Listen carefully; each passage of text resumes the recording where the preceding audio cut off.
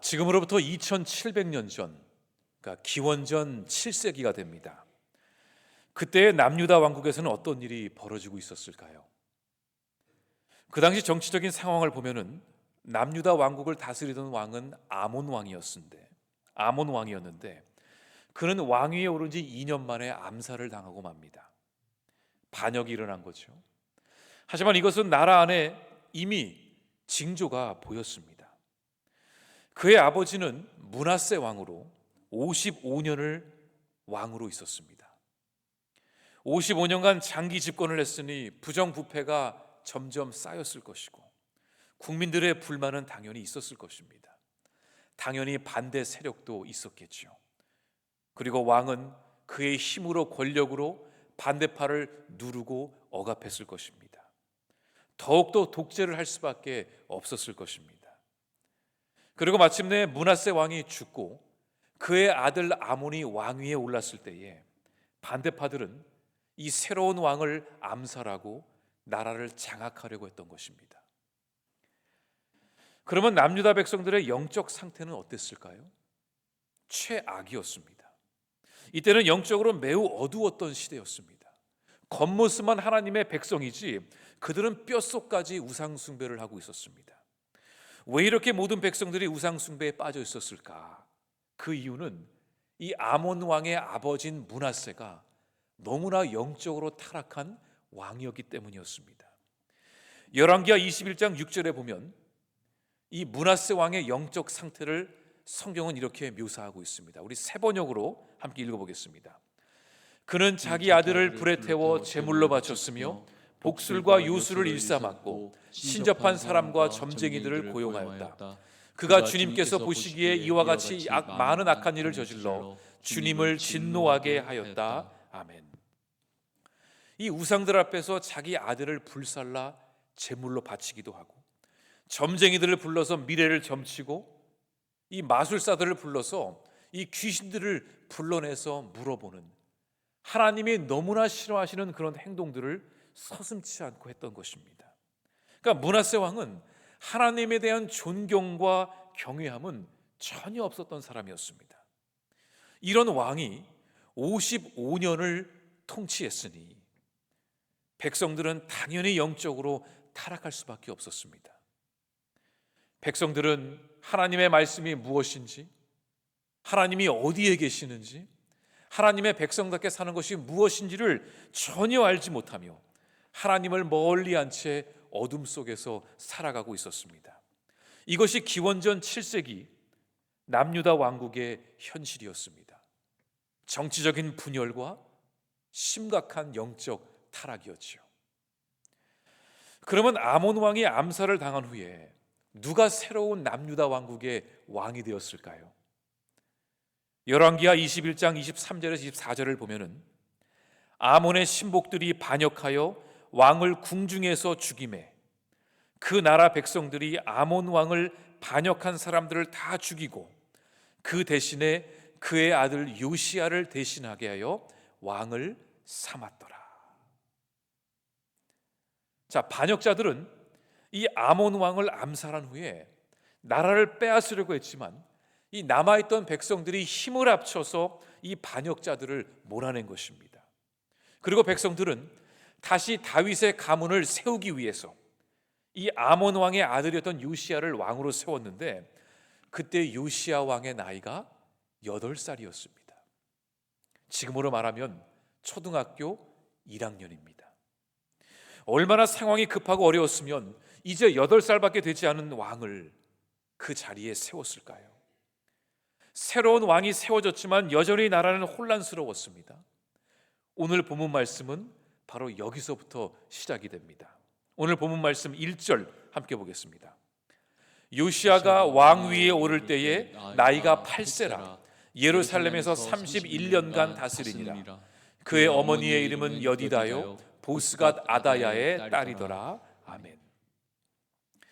여러분, 성경을 묵상하는 여러 가지 방법들이 있는데 혹시 이런 표현을 들어보셨습니까?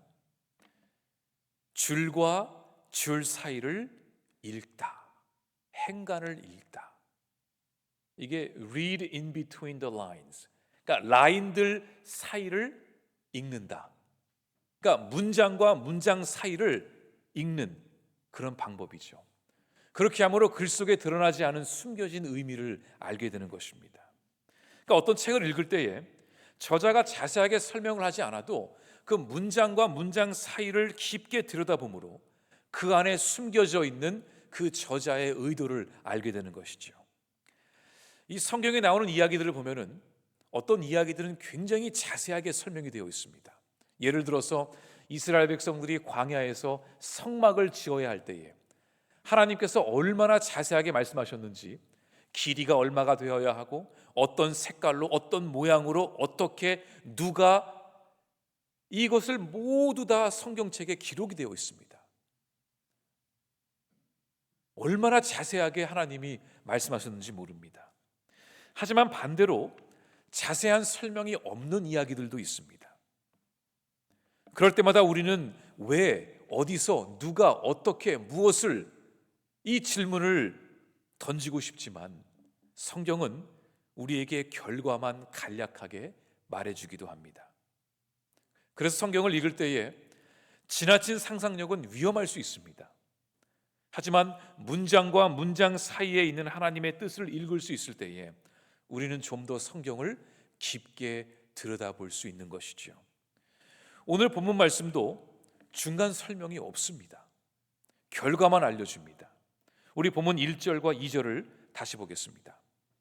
요시야가 왕위에 오를 때의 나이가 8세라 예루살렘에서 31년간 다스리니라. 그의 어머니의 이름은 여디다여 보스갓 아다야의 딸이더라. 요시야가 여호와 보시기에 정직히 행하여 그의 조상 다윗의 모든 길로 행하고 좌우로 치우치지 아니하였더라. 자, 요시야는 8살에 왕이 되었고 그 후로 31년을 왕으로 통치했습니다. 그리고 일평생 하나님 보시기에 정직한 왕이었다고 성경은 말하고 있습니다. 여기서 우리는 이 내용을 현실적으로 또 이성적으로 볼 때에 이해가 되지 않는 부분이 있습니다. 어떻게 초등학교 1학년이 왕이 되어서 이 정치적인 그 분열과 영적 타락 속에 있는 이 나라를 이끌고 갈 수 있죠? 어떻게 8살밖에 안 되는 왕이 그토록 혼란스러운 상황 속에서 왕위에 올라서 할아버지와 아버지의 그 악한 길을 따르지 않고 하나님이 기뻐하시는 정직한 왕이 될 수 있을까요? 여러분, 이 부분이 좀 궁금하지 않으세요? 어린 나이에 스스로 깨달음을 얻었을까요? 아니면 요시야의 어머니가 정치적인 감각이 있어서 옆에서 코치를 해줬을까요? 성경은 이 부분을 자세하게 말해주지 않습니다. 우리에게는 결과만 말해줄 뿐이죠. 그런데 우리는 바로 여기서 문장과 문장 사이를 읽으면서 이 글 속에 드러나지 않은 하나님의 숨겨진 뜻을 찾아야 하는 것입니다. 우리가 아는 것처럼 어린아이들은 스스로 자라지 못합니다. 누군가 옆에서 먹여주고 재워주고 가르쳐주고 더 나아가 그 인생의 롤모델이 되어주어야 우리의 아이들은 건강하게 자랄 수 있습니다. 다시 말해 아이들은 어른들의 뒷모습을 보며 자라는 것이지요. 비록 요시야에게 어머니가 있었지만 어머니 혼자 이 모든 것을 감당하기에는 어려웠을 것입니다. 어떻게 요시야는 이 영적으로 어두운 시대에서 세상을 따라가지 않고 하나님을 붙들 수 있었을까? 그것은 바로 이 어린 요시야 왕이 정직한 왕이 될 수 있도록 그 옆에서 도왔던 사람들이 있었던 것입니다. 요시야 왕이 믿음 안에서 자랄 수 있도록 그 도왔던 그들은 누구였을까요? 우리는 그 답을 열왕기하 21장 3절과 4절에서 찾게 됩니다. 아몬의 신복들이 그의 신복들이 그에게 반역하여 왕을 궁중에서 죽이매 그 국민이 아몬 왕을 반역한 사람들을 다 죽이고 그 아들 요시야를 대신하게 하여 왕을 삼았더라. 비록 수많은 남유다 백성들이 영적으로 타락해 있었지만 그 중에는 하나님을 경외하며 하나님을 섬기는 신실한 백성들이 있었던 것입니다. 이 믿음의 백성들이 이 어린 요시야를 왕으로 세웠고 이 요시야가 믿음의 왕이 될 수 있도록 옆에서 가르쳐주고 기도해주고 믿음의 롤모델이 되어주었던 것입니다. 그 결과 요시야는 하나님을 경외하는 정직한 왕이 될 수 있었던 것입니다. 왜 이들은 온 힘을 다해 어린 요시야를 지키려고 했을까요? 만약에 요시야 왕이 여기서 아버지의 길과 할아버지의 길을 따라 우상 숭배를 하게 되면 남유다 왕국의 미래는 끝나는 것이었습니다. 이 요시야를 지켜야만이, 이 왕이 믿음의 사람이 되어야만이 남유다 왕국의 미래가 있고 소망이 있었기 때문입니다. 그래서 이 믿음의 백성들은, 그 깨어있는 백성들은 이 어린 요시야를 위해서 힘써 애쓰며 정직한 왕이 될 수 있도록 그들이 먼저 믿음의 길을 앞장서 걸어갔던 것이죠. 사랑하는 성도 여러분, 우리가 믿음의 눈으로 바라볼 때에 지금 이 시대는 영적으로 어떤 시대입니까?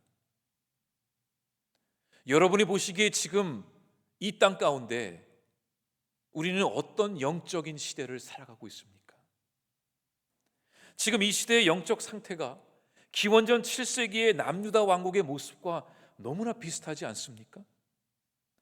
세상을 향해 하나님의 능력을 나타내야 할 교회들이 세상의 유혹 앞에 무너지고 있습니다. 교회보다, 하나님보다 세상의 것들이 더 좋다는 것입니다. 하나님의 백성으로 부름받은 자들의 삶 속에 하나님이 보이지 않습니다. 온갖 우상들이 세워져 있습니다. 교회가 교회답지 못하고, 성도가 성도답지 못하고, 목사가 목사답게 행동하지 못합니다. 제가 굳이 한국교회의 현 주소를 다 설명하지 않아도 여러분들은 이미 다 알고 계실 것입니다. 영적으로 타락한 이 시대의 결과는 참담합니다. 어떻게 아냐고요? 우리의 믿음의 바톤을 이어받아야 할 교회 학교 아이들이 줄어들고 있습니다. 우리는 이제 얼마 남지 않았으니까 그냥 이렇게 믿음 생활하면 되지, 이렇게 생각할지 몰라도 이 영적으로 타락한 이 시대의 결과물은 교회 학교 아이들이 줄어들고 있습니다. 최근에 이 장로교 통합 측 교단에서 나온 교회 학교에 대한 안타까운 기사를 보았습니다. 통합 측 교단은 우리 대한민국 장로교에서 가장 큰 교단입니다. 그 기사의 내용은 교회 학교 학생들이 점점 줄고 있다는 것입니다. 통계에 따르면 2010년에 교회 학교에 참석하는 유치부와 초등부의 숫자는 27만 5천 명이었습니다. 하지만 10년이 지난 2020년에는 17만 명으로 40%가 줄었습니다. 여러분, 이거 엄청난 숫자입니다. 중고등부는 2010년에 18만 8천 명에서 2020년에는 10만 9천 명으로 똑같이 40%가 감소했습니다.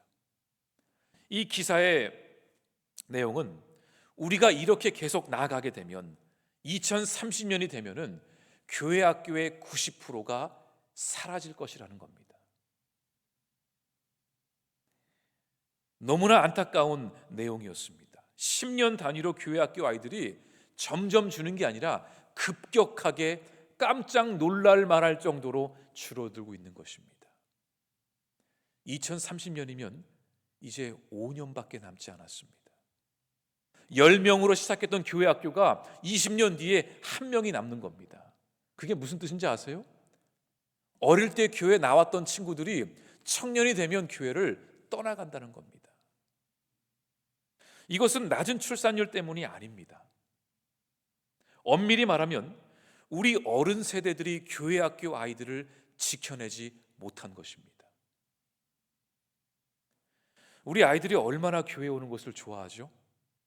교회 오면 뛰어놀죠, 라면 먹죠, 아이스크림 먹죠, 게임하죠, 발표하죠, 찬양하죠, 성경 외우죠. 우리 아이들이 학교보다 더 교회를 좋아합니다. 이건 제가 아들 셋을 키운 아빠로서 제가 확신을 가지고 드리는 말씀입니다. 어린아이들에게 교회만큼 신나는 그런 곳은 없습니다. 분명히 어릴 때는 교회를 잘 나왔는데 왜 이 아이들은 교회를 떠나게 될까요? 오늘 말씀에 나오는 어린 요시야 왕이나 우리 교회 학교의 아이들이 뭐가 다를까요? 그렇다면 지금 이 시대를 살아가는 어린 요시야들을 누가 믿음의 길로 인도해야겠습니까? 지금 교회 학교 아이들을 우리가 믿음으로 지켜내지 못하면 이 교회의 미래는 없는 것입니다. 이렇게 가다가는 여러분의 손주들이 갈 교회도 없어질 것이고 여러분의 손주들을 가르칠 사역자들도 없어질 것입니다. 지금이 좋다고 여기서 끝나면 안 됩니다. 우리의 미래를 바라보고 다음 세대에게 이 바톤을 전해줄 수 있어야 하는 것이지요. 여러분, 믿음의 사람이 된다는 것은 항상 두 가지의 사명이 주어집니다. 하나는 개인적으로 주어지는 사명입니다. 내 믿음은 내가 붙들고 지켜야 합니다. 좌우로 치우치지 않고 나에게 주어진 믿음의 길을 내가 묵묵히 걸어가는 것, 이것이 첫 번째 사명이고, 두 번째는 공동체적인 사명입니다. 믿음의 바톤을 자녀들에게 전해야 하는 막중한 책임이 우리에게 있습니다. 영적으로 타락한 이때에 우리 교회 학교 아이들을 누가 지킬 것입니까? 왜 청년들이 교회를 떠나갈까요? 어떤 분이 저에게 물으셨어요. 왜 우리 교회의 사역자들이 교인 수에 비해 많냐고 그러시더라고요. 그래서 제가 말씀드렸어요. 우리 교회는 다음 세대를 중히 여기기 때문에 최대한 그 나이에 맞춰서 복음을 전할 수 있는 사역자들을 준비해 주고자 합니다. 특별히 청년부는 숫자에 따라서 사역자를 정하는 것이 아니라 청년부의 숫자가 몇 명이 되더라도 그 청년부를 위한 전임 사역자를 두고자 하는 것이 저의 목회 철학이라 말씀드렸어요. 청년이 30명 모이면 그 뜻은 30세대가 모였다는 것입니다. 앞으로 결혼하고 가정을 이루면 그 30 곱하기 4 해보세요. 120명이에요. 청년들을 위해서, 다음 세대 자녀들을 위해서 우리가 이때에 투자하지 않으면 안 되는 겁니다. 다른 데 돈을 아낄 것이 아니라 정말 다음 세대의 그 믿음 교육을 위해, 신앙을 위해 우리가 힘써야 할 때입니다. 깨어있는 믿음의 백성들이 요시야 왕을 지키고 인도했던 것처럼 우리도 이 다음 세대를 붙들고 지켜야 합니다. 우리는 지금 온 힘을 다해 우리의 자녀들을 믿음의 울타리 안에서 지키고 있습니까? 요시야를 지켰던 믿음의 백성들처럼 우리도 거룩한 사명을 가지고 이 다음 세대들을 믿음으로 양육해야 합니다. 이 영적으로 혼탁한 이 시대 속에서 우리의 자녀들을 요시야처럼 하나님 보시기에 정직한 믿음의 사람들로 키워내야 합니다. 우리 교회가 그 역할을 꼭 감당할 수 있기를 간절히 바랍니다. 요시야 왕이 왕위에 오른 지 18년째에 그의 나이 26세, 그는 큰 결심을 하게 됩니다. 바로 하나님의 성전을 보수하기로 한 것이죠.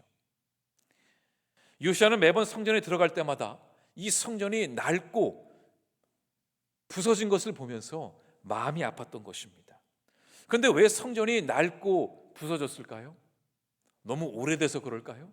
아닙니다. 지난 55년간 우상 숭배에 빠져있던 백성들이 하나님의 성전을 아예 출입도 하지 않았던 것입니다. 그 어느 누구도 들어가지 않으니까 이 건물은 점점 알아서 폐허가 돼버린 것입니다. 요시야는 무너진 성전을 바라보며 마음이 아팠던 것이죠. 그래서 요시야는 대제사장을 불러서 그 성전을 보수하게 합니다. 성전의 금고에 얼마가 있는지 확인하게 하고 그 헌물들을 모아서 그 성전의 곳곳에 망가진 곳들을 고치기 시작합니다. 그 내용이 오늘 본문 3절에서 5절까지의 내용입니다. 함께 읽겠습니다. 요시야 왕 18째 해에 왕이 무슬람의 손자 아살리야의 아들 서기관 사반을 여호와의 성전에 보내며 이르되 너는 대제사장 힐기야에게 올라가서 백성이 여호와의 성전에 드린 은 곧 문 지킨 자가 수납한 은을 계산하여 여호와의 성전을 맡은 감독자의 손에 넘겨 그들이 여호와의 성전에 있는 작업자에게 주어 성전에 부서진 것을 수리하게 하되. 아멘. 자, 그런데 요시야가 성전을 보수하기로 한 것은 그 성전을 더 멋지게 만들어서 더 많은 사람들을 오게 하려고 했던 것만은 아닙니다. 성전을 깨끗하게 치우고 정리하고 고친다는 것은 바로 예배의 회복을 의미했습니다. 우상 숭배에 빠진 백성들, 영적으로 타락한 백성들을 다시 예배의 자리로 부르고 다시 하나님 앞에 설 수 있도록 이 성전을 고치기로 한 것입니다. 그런데 여러분, 이 결단은 쉬운 결단이 아니었습니다. 그냥 왕이기 때문에 이거 한다고 이루어지는 그런 간단한 일이 아니었습니다. 왜 그런지 아세요? 여러분, 55년간, 사실은 57년입니다. 왜냐하면 그 할아버지가 55년을 통치했고 그의 아버지 아몬 왕이 2년을 통치하면서 여전히 그도 할아버지의 길을 따라갔기 때문에 57년간 우상 숭배에 빠져있던 백성들을 다시 예배의 자리로 오게 하는 것은, 이것은 너무나 힘든 일이었습니다. 여러분, 한 사람이 거의 60년 가까이 우상을 숭배하면 어떻게 되는지 아세요? 제가 10년 전에 그 북한을 다녀온 적이 있습니다. 아무래도 북한 입장에서는 이제 자존감도 지키며 후원이 필요하니까 외부에서 이 방문자들이 오면은, 후원자들이 오면은 그 후원자들을 데리고 학교를 이렇게 보여줍니다. 학교, 고아원, 병원 이렇게 보여주는데, 제가 학교를 몇 군데 방문하다가 너무너무 충격적인 것을 봤어요. 교실에 들어갔는데 그 조그마한 아이들이 앉아 있습니다. 그리고 그 바로 앞에 있는 벽에는 그 김씨 부자의 그 사진이 걸려져 있는 거예요. 그리고 그 아이들이 보고 있는 책에는 위대한 우리 아버지에 대한 그 내용이 담겨져 있는데, 이 아이들은 정말로 그 김씨 부자가 하나님으로 여기고 있었어요. 이 주체 사상이 얼마나 그 아이들의 뼛속까지 스며들었는지 이것은 어떻게 막을 길이 보이지 않았습니다. 부모 세대와 자녀 세대가 똑같이 우상에 빠져서 헤어나오지 못하는 모습을 제가 직접적으로 그 자리에서 조금이나마 경험했던 것입니다. 야, 사람이 우상 숭배에 빠지면 이렇게 될 수 있구나. 너무너무 참담한 모습이었습니다. 그것이 진리라고 믿고 배우는 그 아이들을 보면서 답이 나오지 않았습니다. 우상 숭배가 이렇게 사람을 바보로 만드는구나. 하나님을 모르는 백성들이 이렇게 무지하게 살아가는구나. 그것을 보았던 것이지요. 지금 요시야는 바로 그 작업을 하기로 한 것입니다. 성전을 고치고 예배의 자리를 회복하고 이제 다시 하나님 앞에 서겠다라는 그 위대한 결단을 내린 것이지요. 자, 그런데 이 성전 곳곳을 청소하고 보수하는 과정 속에 대제사장 힐기야는 놀라운 것을 발견하게 됩니다. 8절 말씀입니다. 대제사장 힐기야가 서기관 사반에게 이르되 내가 여호와의 성전에서 율법책을 발견하였노라 하고, 힐기야가 그 책을 사반에게 주니 사반이 읽으니라. 성전을 청소하다가 어딘가에 박혀있는, 굴러다니고 있는 율법책을 발견한 것입니다. 지난 57년간 그 누구도 율법책을 찾지 않았습니다. 성전이니까 당연히 율법책이 있었겠죠. 하지만 아무도 보지 않고 관리하지 않으니까 어딘가에 그냥 버려져 있었던 율법책을 다시 발견한 것입니다. 여러분, 율법책이 무슨 책이죠? 하나님의 말씀이 적혀 있는 책입니다.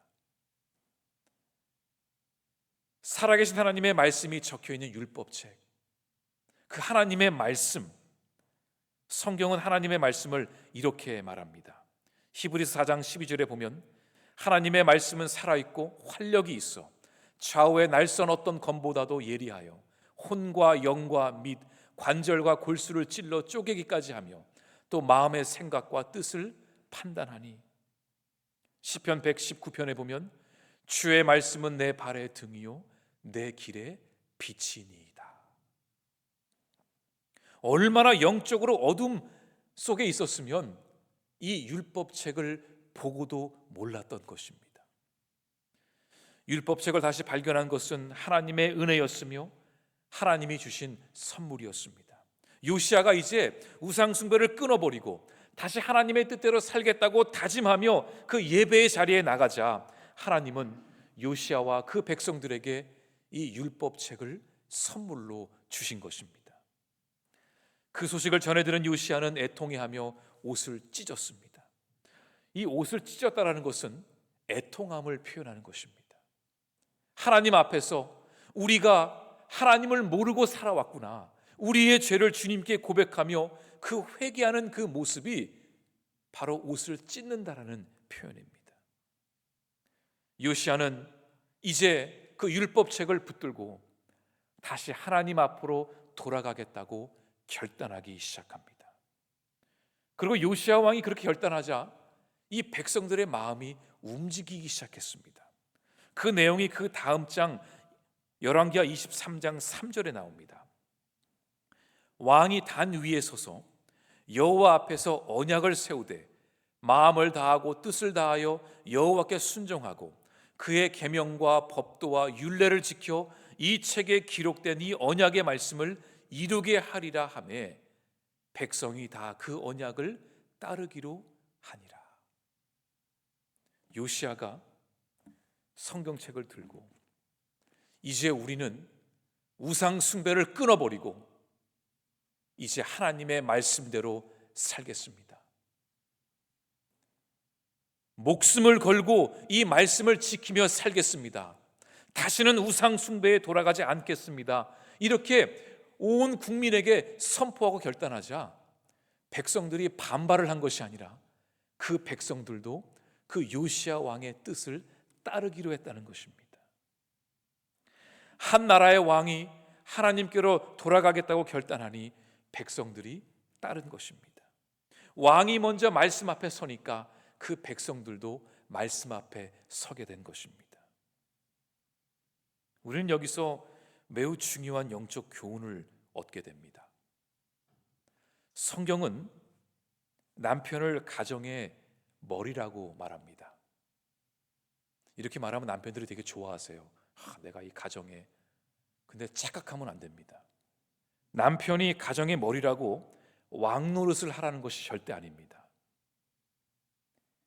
남편의 역할은 돈만 벌어오는 것이 아닙니다. 경제적인 부분을 책임지는 것이 남편의 전부가 아니라 가정의 머리가 된다는 것은 그 가정의 영적 제사장이 된다는 것입니다.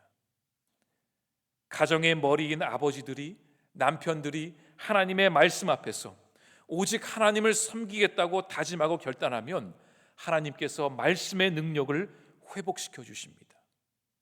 리더가 어디를 보냐에 따라서 따르는 무리들은 그곳을 보게 됩니다.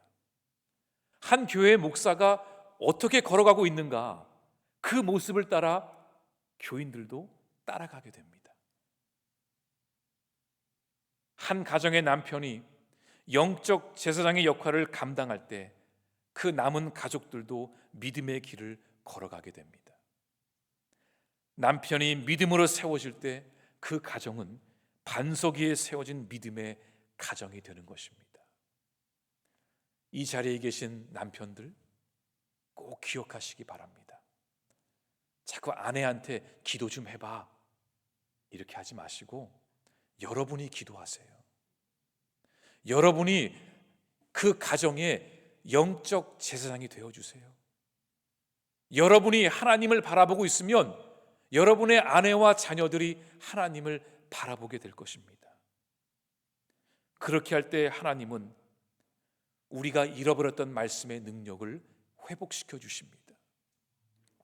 말씀의 능력이 있는 곳에 생명이 있고, 말씀이 있을 때 우리는 진리와 거짓에 대한 분별력이 생기고, 말씀이 있을 때 가야 할 길을 알게 되고, 말씀이 있을 때에 하나님을 기쁘게 하는 정직한 삶을 살아가게 됩니다. 그리스도인들은 떡으로만 사는 사람들이 아닙니다. 그리스도인들은 하나님의 말씀으로 사는 사람들입니다. 그런데 언제부터인가 우리는 말씀을 잃어버렸습니다.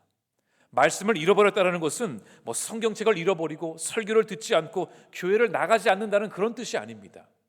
말씀을 잃어버렸다는 것은 결정적으로 우리가 말씀을 두려워하지 않는다는 것입니다. 우리는 말씀에 대한 지식이 충만합니다. 너무나 많은 것을 알고 있습니다. 성경 몇 장 몇 절에 이런 내용이 있고요, 구약은 이런 내용이고요, 제자 양육 다 했고요, 말씀 훈련 받았고요, 너무나 많은 것을 우리가 했지만 우리 안에 말씀에 대한 두려움이 있냐는 것입니다. 내가 정말 말씀을 두려워한다면 우리의 삶 속에 분명한 변화가 있을 것입니다. 그냥 말씀을 읽고 덮는 것이 아니라 이 말씀이 하나님의 말씀임을 내가 기억하며 두려워할 때에 우리는 그 말씀을 따라 살아가게 됩니다. 설교 말씀을 들어도 성경을 읽어도 삶의 변화가 없는 것은 우리가 말씀을 두려워하지 않기 때문입니다. 사랑하는 성도 여러분, 우리는 지금 말씀을 두려워하며 살고 있습니까? 말씀이 정말로 살아계신 하나님의 말씀임을 믿으며 그 말씀을 지키려고 나아가고 있습니까? 말씀이 우리를 지배하고 있습니까? 말씀이 우리의 삶 가운데 살아 숨쉬고 있습니까? 여러분, 말씀 앞에 온전히 설 수 있기를 간절히 바랍니다. 말씀이 나의 등불이요, 그 말만 하지 말고 그 말씀이 등불이라면 그 말씀을 들고 걸어가시기 바랍니다. 우리 주보에 보시면은 그 교육부의 말씀 본문과 주일 설교 본문이 같이 나가게 됩니다. 물론 특별한 그 절기 때는 좀 다를 수 있지만 대부분 교육부의 말씀과 주일 이 작년 예배의 말씀이 똑같습니다. 왜 그렇게 한 줄 아세요? 여러분의 집에서 혹시라도 부부끼리 또는 아이들과 함께, 자녀들과 함께 그 말씀을 나누라고. 가정 예배 드리자 그러면 애들이 와요, 안 와요? 제 경험상 잘 오지 않습니다. 또 찬송가 불러야 돼? 또 잠언 읽어야 돼? 우리 세 번역으로 읽으면 안 돼요? 가정 예배가 드리기 어려울지라도 밥 먹으면서, 야, 너 지난주에 엄마는 이런 말씀 들었는데 너는 그 말씀 어땠어? 요시야가 어떻게 했대? 너는 어떻게 들었어? 그 말씀을 나눌 수 있는 그 포인트를 찾으라고 교육부서와 작년 예배 본문이 같이 나가는 것입니다.